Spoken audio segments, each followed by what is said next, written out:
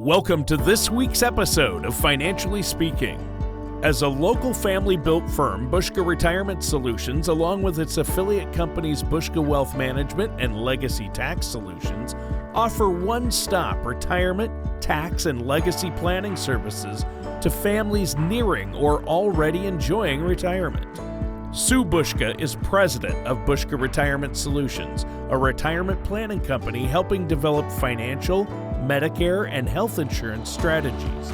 Over a decade ago, she partnered with her son, Cole Bruner.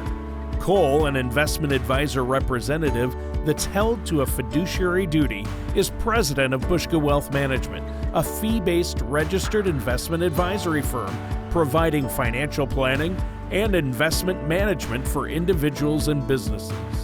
Legacy Tax Solutions offers personal and business tax planning and preparation services. Their enrolled agent, Carl Van Setters, is a military veteran with over 10 years of accounting experience and is committed to maximizing your tax credits wherever possible. Over the last several years, Sue and Cole have continued to grow their team of private wealth advisors to meet the increasing demand of retirees seeking guidance. In 2018, Ryan Connor began serving clients at their Eau Claire location. At their Wausau location, Logan Wooler became a part of the team in 2020. And in 2023, Sue's daughter Kaylee Berenson joined the firm. As a family-built firm with offices in Wausau and Eau Claire, their dedicated team of professionals have the experience to provide custom-tailored strategies to help you achieve your long-term financial goals. The next 30 minutes will be filled with retirement information presented by their team in a simple manner that you can understand. So stay tuned because Financially Speaking starts right now. We're going to talk a little bit about generational wealth in this segment. We've been getting a ton of questions from those in retirement. How do I plan for generational wealth? Today, we're going to talk about some recent changes to Medicare for caregivers. Today, Kaylee and I are going to talk about what you should do if the 401k your employer offers doesn't cut it. And now for our weekly question and answer segment. Welcome back to Financially Speaking. Today I'm here with Cole and Logan from Bushka Wealth Management and Bushka Retirement Solutions. We're going to be answering some of your questions about planning for retirement. But if you'd like to see a question answered on a future segment, please email info@retirewithbushka.com. Cole, Logan, thank you so much for joining me today. Happy to be here. We're going to talk a little bit about generational wealth in this segment. We've been getting a ton of questions from those in retirement. How do I plan for generational wealth? And so we're going to start with a question for you, Cole. What is generational wealth and why is that important? Well, I mean, I think the definition could mean different things to different people, I suppose. In terms of generational wealth, we're looking at wealth that will pass on to someone else, you know, whether that be your family, kids, grandkids, so on and so forth, maybe a combination thereof. I think that we have to be aware that we may pass money on beyond our lifetime. And of course, that would be a good thing from our perspective because it means you planned effectively and you didn't run out of money, which is always a good thing, right? And so from our perspective, we're always talking about, you know, we refer to it as legacy planning or whatever it might be, but really having that plan for what happens if there comes a time where you're going to pass assets on, where do they go to, who do we want them to benefit, and are there ways for us to be more efficient with the way that we leave those funds to our beneficiaries. So I think we have to have a plan, and I get it. It's an easy conversation to procrastinate because nobody wants to talk about the day that they're going to pass money on to someone else, right? Not an ideal conversation, but it is a necessary one. You have to be aware of the fact that if you don't have a plan in place, someone else is going to have to figure it out for you, and that may mean that your wishes that you had that maybe just didn't get written down on paper may not be carried out. Yeah, absolutely. Logan, if someone is interested in what Cole just said, I want to pass some wealth on, maybe I want to make sure there's that little nest egg there, how can they start building some of that generational wealth? So it all starts out with what your goals are, right? Where do you want that money to go? How do you want it to go to them? And really always going back to the tax consequences with it. So based on how you're putting that money in for saving, whether it's a qualified, a Roth, or a non-qualified tax type, can really impact how much money those beneficiaries are going to get in that legacy that you pass on. So it's really thinking about where you're putting it along with the goals, because we have a lot of tools and products out there to really benefit that generational wealth. So maybe it's not just going to the next beneficiary, but it could go for many generations in the future there. Well, and I think, a lot of people think in terms of passing wealth on just through their money. We think, oh, my 401k, my IRA, my Roth, all those different things. And sometimes we forget to think about the incorporation of life insurance into our plan. I can't tell you how many scenarios under which clients have had a strong desire to leave a legacy to their family, kids, grandkids, charitable organizations, whatever it might be, and they've never considered the use of life insurance. Life insurance could be a tremendously valuable tool to dramatically increase the legacy that you leave to someone or something in the future. And it potentially may be one of the most efficient ways to do so, depending on your situation. So I guess an immediate way to build generational wealth would be to buy yourself a life insurance policy. Depending on your age and your insurability and all of those different types of things. You could be looking at maybe putting a few hundred to a few $1,000s a year towards a policy that could generate potentially well over $100,000 or more in death benefit that pays out tax-free to someone or something that you're really passionate about. So I think just knowing that there's lots of options out there and making sure that you're doing your due diligence to investigate all of the possibilities, I think that's a good way to start. Absolutely. But I'm sure there's challenges, right? Of course. With everything. There's always a challenge or a downside. Can you talk a little bit about what some of those challenges might be with passing generational wealth? Well, I think one of the most common that we see is clients not having a plan in place for it. I can't tell you how many clients come into our office and they don't have any estate planning documents. They don't have a will, they don't have a trust, powers of attorney documents, what have you. And they might be, 60s, 70s, maybe even older than that. And I get it, we're all invincible and, we're all gonna live forever and all of that. But at the same time, that's not reality. We have to understand that eventually someone is going to look to the documentation that we have put together to maintain, peace within families and all of that. I can't tell you how many situations we've dealt with where families are torn apart because there was no direction left. And so as difficult as the conversation is to have, and as difficult as it is to think about the day that we might not be here any longer on this earth, we have to have that stuff down in writing, because if we don't, somebody else is dealing with those ramifications later. And, like we always say, you might not be happy with the outcome after that. Close-knit families can be completely torn apart over money. I always say money makes people weird, especially in a situation where it's coming to you that you didn't have it before. And so unfortunately, it can create these really uncomfortable situations that I'm sure you would have preferred to avoid for your family. You would never want to look back and see your kids don't speak anymore because they argued over who got what. That I think is the most important thing to remember, is these decisions are made not only for your benefit, but also for the benefit of your loved ones. And I would add to that, update those documents if you have a trust or a will and you say, hey, I got it done. Well, great, things change over time, so make sure you're updating those and using resources like we have our generational vault, where we can put all of those important documents in one nice place, so that way if you do pass away unexpectedly, those beneficiaries don't have to go through digging through the house to try to find what those wishes were. It's all in one spot, so now they can focus on the grieving and the funeral and all those final expenses instead of trying to search for all that stuff too. So if they really want to create that legacy, Logan, where do you recommend they start? So start by sitting down with a financial services professional. I know we talk about it nonstop, but it really is valuable. And then also bring in some other professionals, because there's only so much that we can do as financial service professionals where we have to tie in some of the laws, right? So that's where we pull in an attorney or a lawyer, and using those resources to make sure you have everything in place for what you want, and making sure you're using the right types of tools. For some people, it doesn't make sense to have a trust. Some, it does, and it's the type of trust you have. So there's a lot of variables. So starting out, talking to a professional, and then also having that hard discussion with the family members, whether it's a spouse, kids, you just have to rip the Band-Aid and have that conversation, as tough as it is sometimes. Yeah, and I guess the one point that I would add to that is Remembering that not all financial professionals are the same.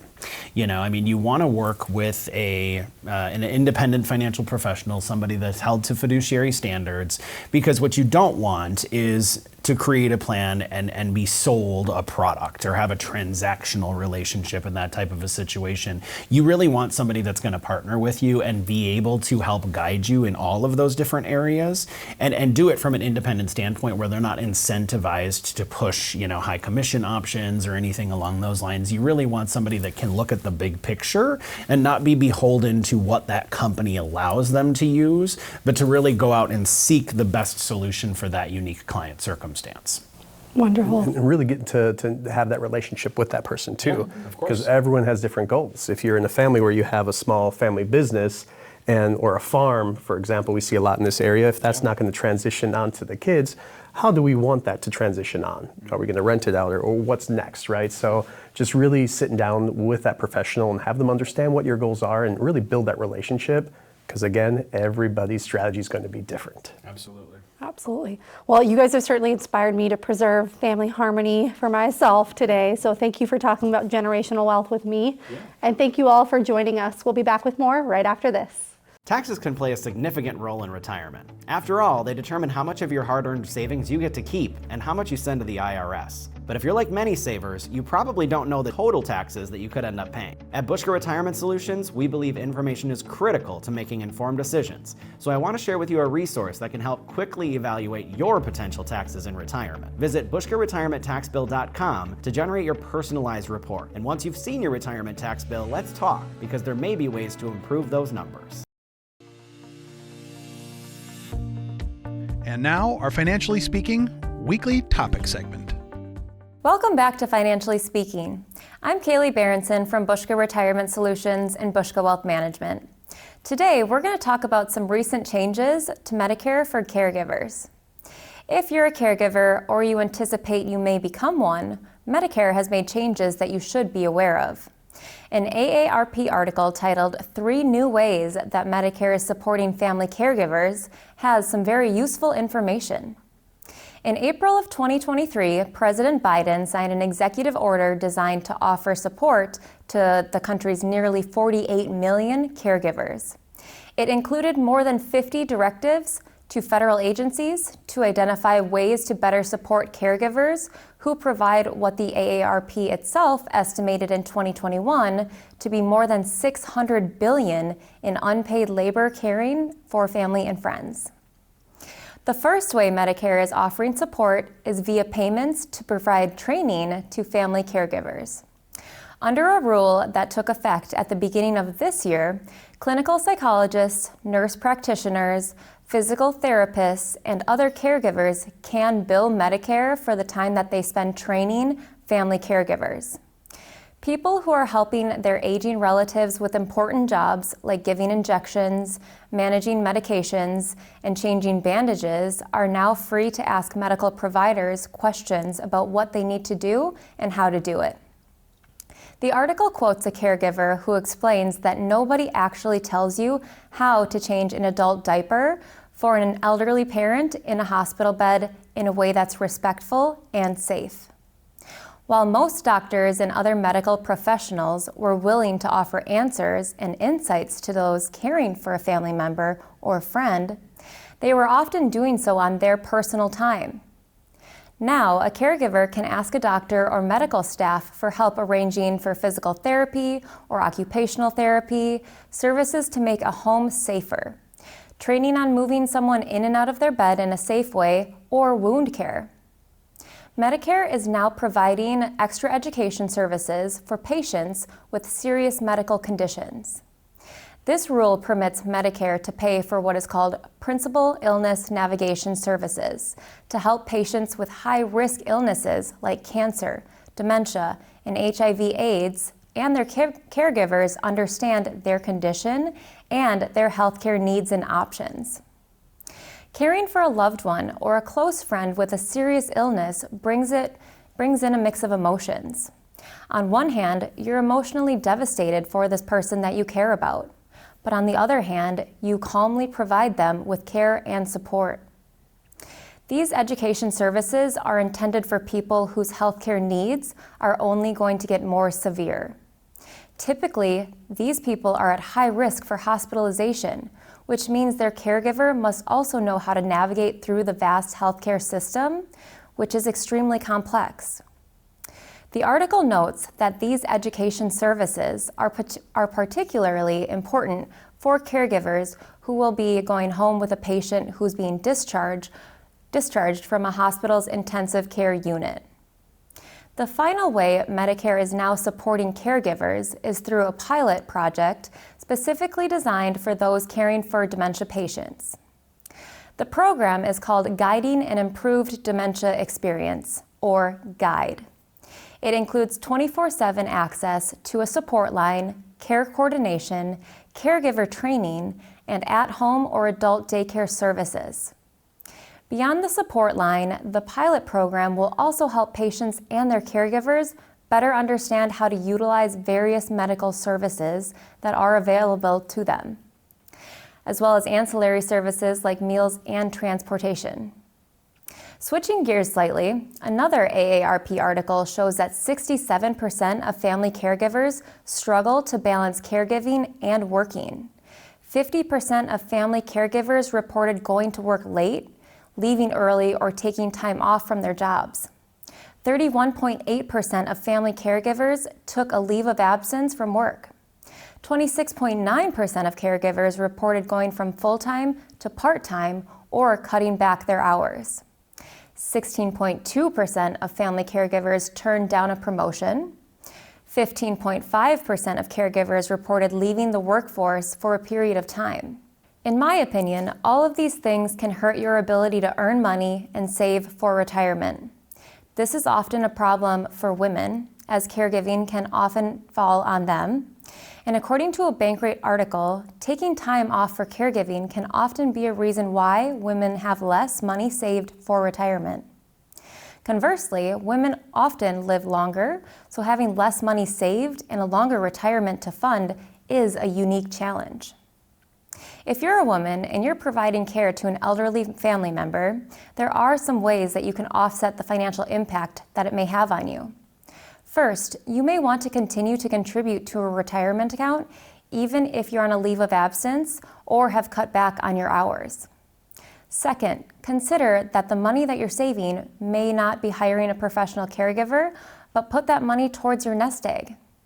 And lastly, you can also consider spousal contributions to an IRA. If you have questions about how to keep your financial strategy on track while taking care of an elderly family member, contact our office at retirewithbushka.com or call 715-355-4445. We'll be right back with more Financially Speaking after this. And now our Financially Speaking weekly desk segment. Welcome back to Financially Speaking. I'm Sue Bushka from Bushka Retirement Solutions, and joining me today is my daughter, Kaylee Berenson. Now today, Kaylee and I are going to talk about what you should do if the 401k your employer offers doesn't cut it. That's right, Mom. An Investopedia article titled, "What Do You Do If Your Company Offers a Subpar 401k Option?" tackles the question, should you invest in a bad 401k anyways? Well, that's a great question. I'm really excited to dig into it. First, I think we should define what a bad 401k is. Well, a subpar 401k is one that charges high fees and comes with limited options. The plan administrator is supposed to act as a fiduciary, which means they're supposed to provide options that are in your best interest. But there are some that are less stellar 401ks. So how do you figure out whether your 401k is subpar? Well, if you think the retirement plan your employer offers is not so great, the first thing you want to focus on is fees. How much are you paying? Fees can greatly affect how much you can accumulate in your account. Yeah, so you don't want fees to take out too big of a bite out of your account because that's your nest egg. So how do you figure out what you're paying in fees? Well, look at your annual account statements. You should be able to see what your plan is charging you for administrative fees, as well as fees for each investment. Well, Kaylee, let's make this very clear to our viewers. When it comes to fees, how much is too much? Well, according to Investopedia, if you're paying more than 1% per year in fees, your plan may be a high-cost one. Well, that's really good to know. The next step is to look at the options that your plan offers. What investment choices is it giving you?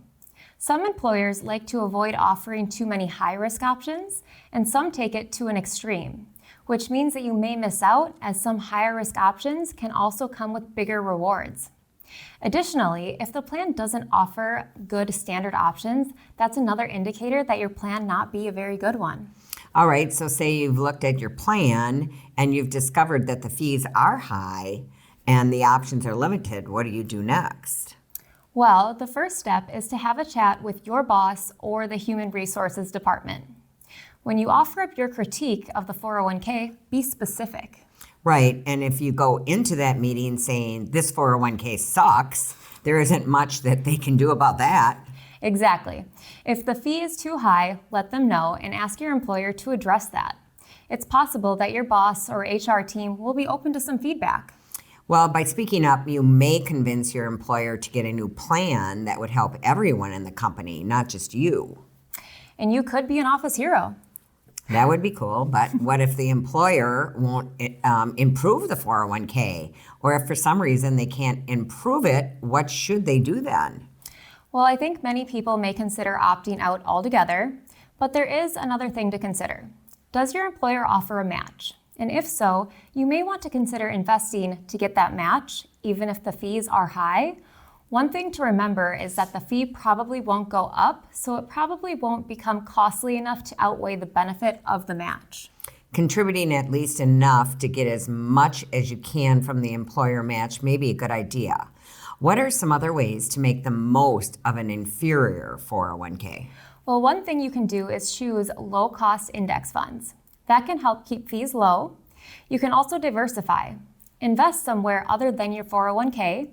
And if you have a decent 401k, you can build a diverse portfolio, but a lesser 401k may not offer enough options for you to do that. For example, a lousy 401k may not offer foreign stocks.